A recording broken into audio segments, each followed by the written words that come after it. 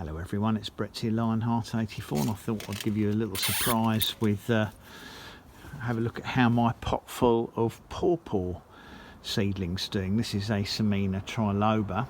These are the result of seeds that I sowed early last summer. They didn't actually germinate till about July, but because I kept them in the summer house, they carried on growing until about I suppose early October before they lost their leaves.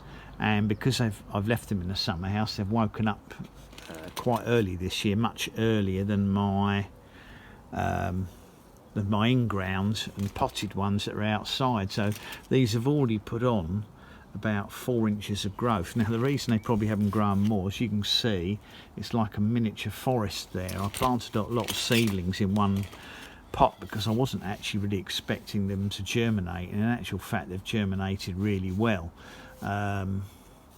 Little bit of snail damage on a couple of leaves, or slug damage, and I noticed there's one green fly on there that we've just disposed of, but of course they're desperately in need of repotting, very careful repotting, because these do tend to develop big tap roots, and of course there's about 14 or 15 seedlings in this one pot, so they're really cramped and they're not going to get very far like this. So what I'm thinking of doing is probably in the next week or two, because I'm actually filming this at the very end of April, probably won't put out the video until early in May.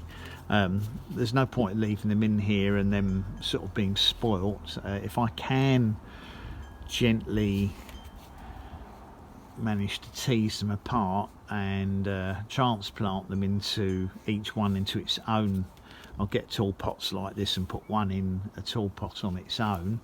It may well be that some of them will survive and keep growing, and then eventually I may be able to graft. I've got 3 named varieties. I may eventually be able to graft them onto these plants and carry on growing them in pots, or possibly even offer a couple for sale to people who are interested. As I think you know, I've got Pennsylvania Gold and Prima. I do still have a sunflower alive, although it's never grown, and of course I've got a seedling one that produces quite nice, quite decent edible fruits. So but if I can keep these alive, it's always useful to have root stocks, and of course if they're grown on long enough, most Pawpaw end up producing quite decent edible fruits even on the seedlings. They may not be quite as good as some of the named cultivars, but as they're going to be, these are actually grown from seeds from my own fruits, there'll probably be crosses between my 2 or 3 plants anyway, so they should be quite a good quality fruit if for someone who's patient enough to keep on growing them. But I said the advantage of having root stocks is you can always graft a named variety onto them one day when you can get hold of the appropriate scions. So that's I've actually got 2 pots. The other one's only got about 4 plants in it, but this pot for whatever reason has done really well. So I will give them a good watering when I'm ready to try and split them up, and we'll see how we go. I've got them in a nice heavy John Ennis type compost, which seems to have suited them. I think they prefer that to the lightweight soils, and it probably keeps the roots nice and moist even in winter. Thanks for watching. Please give me a thumbs up. You can share the video, of course, subscribe to my channel, and remember, click on that bell if you want to know when new videos come out. See you all soon. Brett out for now.